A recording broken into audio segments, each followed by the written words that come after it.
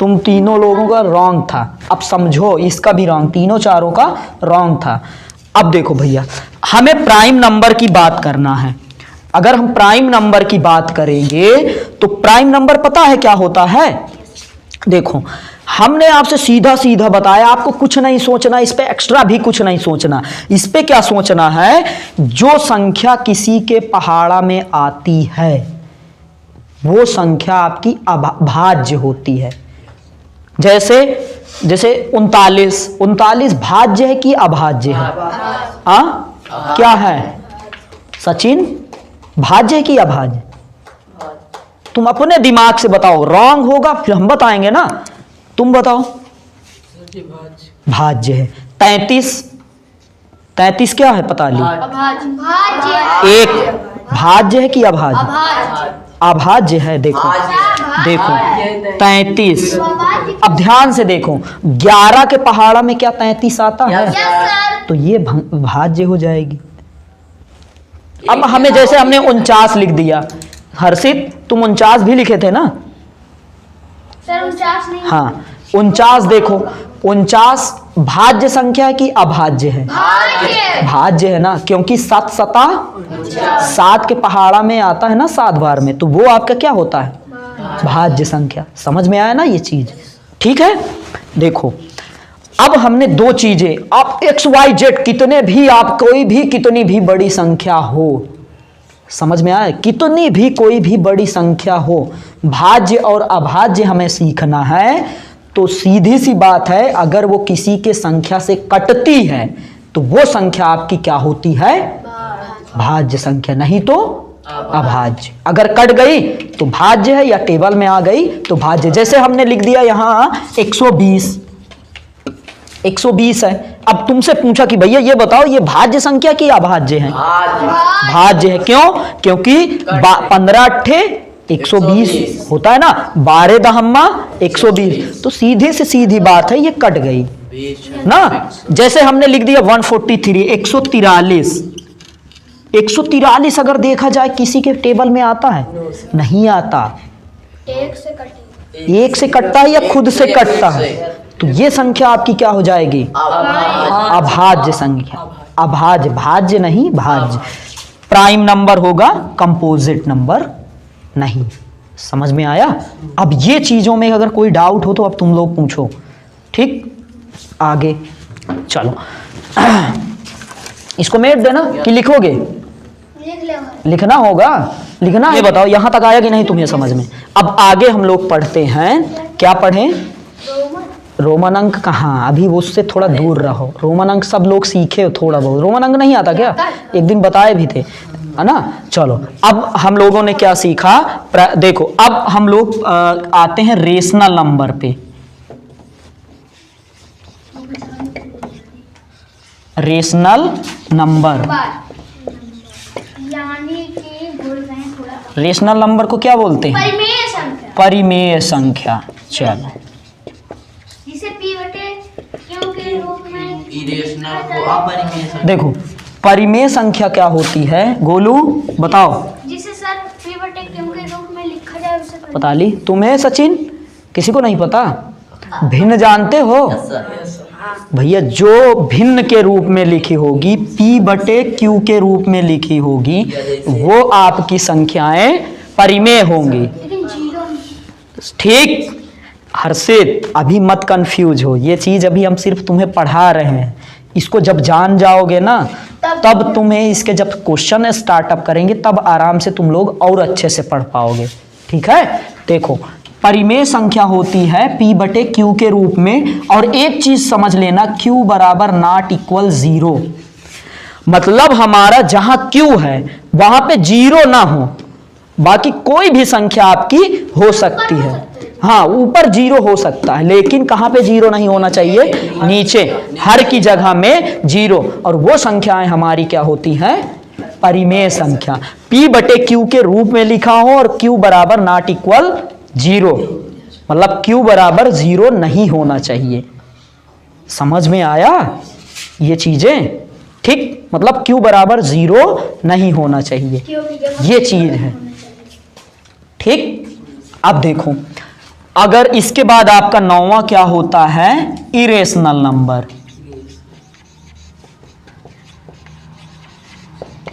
Irrational number, अपरिमेय संख्या।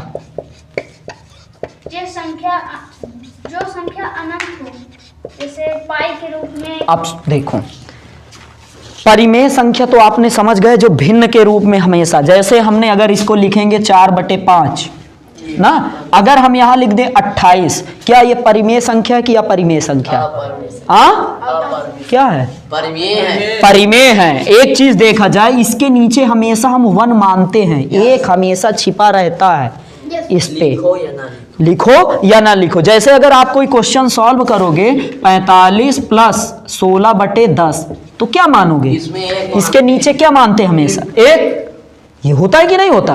देखो, ये दोनों अगर लिखेंगे तो इसका एलसीएम क्या आएगा? 10, और इसके नीचे 1 मानेंगे तो आपस में गुणा करके। तो हमेशा एक चीज सोचना कि भैया जो संख्या आपके मतलब नीचे लिखा हो या ना लिखा हो, वो संख्या आपकी हर ना हो, तब भी वो संख्या हमारी क्या हो जाएगी? 1 माना जाता है। वो संख्या हमारी क्या हो जाती है? परिमेय संख्या। अब बताओ, यहां तक कोई डाउट तो नहीं है? परिमेय क्या होती है हर्षित? जो बटे में लिखी जाए, जो भिन्न के रूप में, मतलब P/Q के रूप में लिखी जाएगी, वो संख्या आपकी क्या हो जाएगी? रेशनल नंबर, यानी परिमेय संख्या। समझ में आया पताली? किस में लिखा होना चाहिए?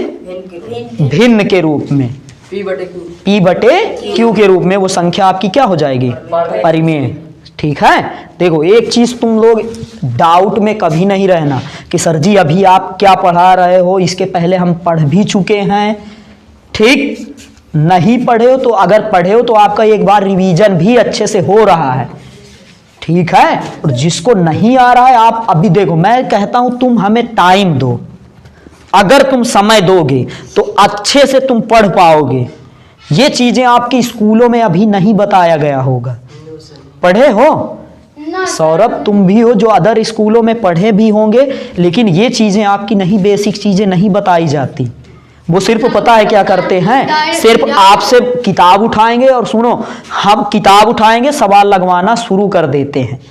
तो पता है, जब बच्चे उसकी बेसिक चीजें नहीं जानते हैं तो कहाँ से वो चीज़ समझ पाएंगे? समझ में आया ना? तो भाई मैं एक चीज़ समझ लो, चाहे जहाँ पढ़ाते हैं या स्कूल कोचिंग कहीं भी, तो पता है पहले बच्चों की बेसिक चीज़ें बताने की बहुत ज़रूरत होती है। अगर आप ये चीज़ बेसिक जानते रहते हो ना, तो सवाल लगाने में बहुत आसानी होती है ना। तो जैसे हमने जान गए परिमेय संख्या और अपरिमेय। अब देखो एक चीज़ समझना भैया, अपरिमेय है।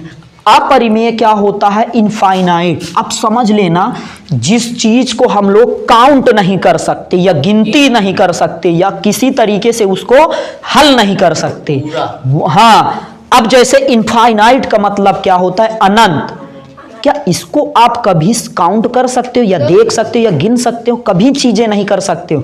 जो इनफाइनाइट चीजें होती हैं, जैसे अनंत, हमने कह दिया आपसे, अनंत बताया, लेकिन अनंत का मतलब क्या होता है? जैसे अगर मैं आपसे कह दूं इतना गेहूं उठा लिया, गेहूं उठाया और उसको गिनो, क्या आप गिन सकते हो? तो ये आपके किस पे आते हैं? इनफाइनाइट चीजें होती है, अनंत होती है, इसकी कोई भैया सीमा। अब दूसरी चीज, बहुत से बच्चे कहते हैं ये पाई, ये इसका मान पाई होता है, और पाई का अगर इसका मान निकालेंगे तो 22/7 होता है।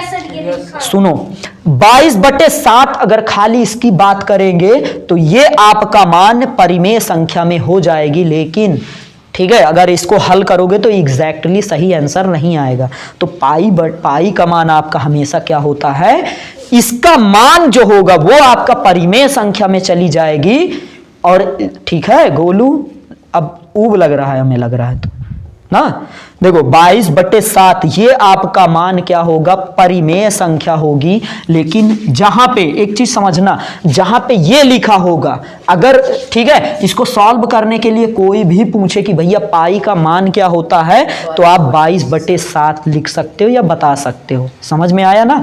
और हम अपरिमेय संख्या कहते हैं, जैसे अंडर रूट, ये चिन्ह लगा है ना, ऐसा चिन्ह देखा होगा तुम लोगों ने। अगर किसी संख्या में लगा है तो वो संख्या आपकी क्या हो जाएगी?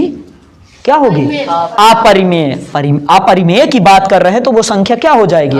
अपरिमेय संख्या हो जाए। लेकिन सुनो, इस पे भी कुछ डाउट होते हैं। अच्छा, वर्ग जानते हो?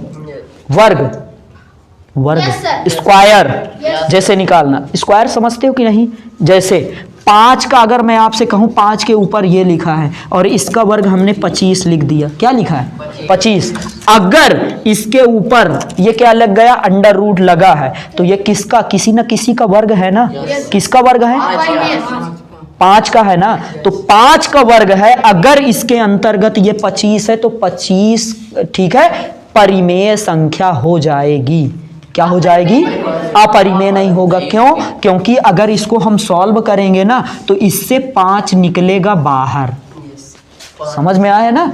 देखो, किसी भी संख्या का अगर वर्ग होगा, वर्ग सब जैसे हमने यहां पे लिख दिया अंडर रूट 36, तो 6 छंग 36 कहने का मतलब ये किसका वर्ग है? 6 का है ना?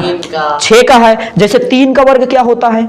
9 3 का वर्ग पूछ रहे हैं। जैसे 3 गुणे 3 कोई भी संख्या हो, उस संख्या का उतने बार गुणा करेंगे तो वो संख्या आपकी क्या होती है? वर्ग होती है। समझ में आया ना? तो ये जैसे हमने कह दिया 4 गुणे 4, तो 4 चौक क्या होता है? 16। तो भैया 16 आपका क्या है? परिमेय है या अपरिमेय है? परिमेय है। अगर ये क्या हो जाएगी? परिमेय, क्योंकि 4 चौक 16। समझ में आया ना ये चीजें? कोई डाउट तो इस पे नहीं है? हाँ, ये आपका परिमेय हो जाएगा। चलो अब ये बताओ, इस तक यहां तक हमने अपरिमेय और अपरिमेय समझा दिए। अच्छा ये बताओ, सम और विषम कौन कौन जानते हो? सम समझते हो? तुम हर्षित? सम संख्या तुम्हें? देखो, अब इसके बाद हम सम और विषम बता दें, फिर तुम्हें क्वेश्चन पे ले चलते हैं। सीधी सी बात, कैसे क्वेश्चन नंबर सिस्टम पे आते हैं। ठीक है, समझ में आया ना? देखो, जैसे अब हम आते हैं सम संख्या पे। ठीक, देखो ध्यान से, सम संख्या क्या होती है? अब सम संख्या के बारे में समझो। देखो, सम संख्या वो होती है जो संख्या के इकाई के स्थान पे, इकाई समझते हो ना? 0 लिखा हो, 2, 4, 6, 8, ये 5 अंक हैं। और विषम संख्या के बारे में अगर हम समझेंगे तो विषम संख्या क्या होती है? जिस संख्या के इकाई में 1, 3, 5, 7, 9। ठीक, ध्यान से समझना ये चीजें। अब ये चीज जब आप कोई संख्या काटोगे ना तब ये काम आएगा आपके। ठीक, देखो, जिस संख्या के इकाई के स्थान, इकाई समझते हो ना? 0, 2, 4, 6 और 8 लिखा होगा, वो संख्या आपकी क्या हो जाएगी? 2 से कट जाएगी। 2 से कटेगी और वो संख्या आपकी परिमेय होगी। कहाँ पे देखना है हमें? इकाई। कहाँ पे देखना है सचिन?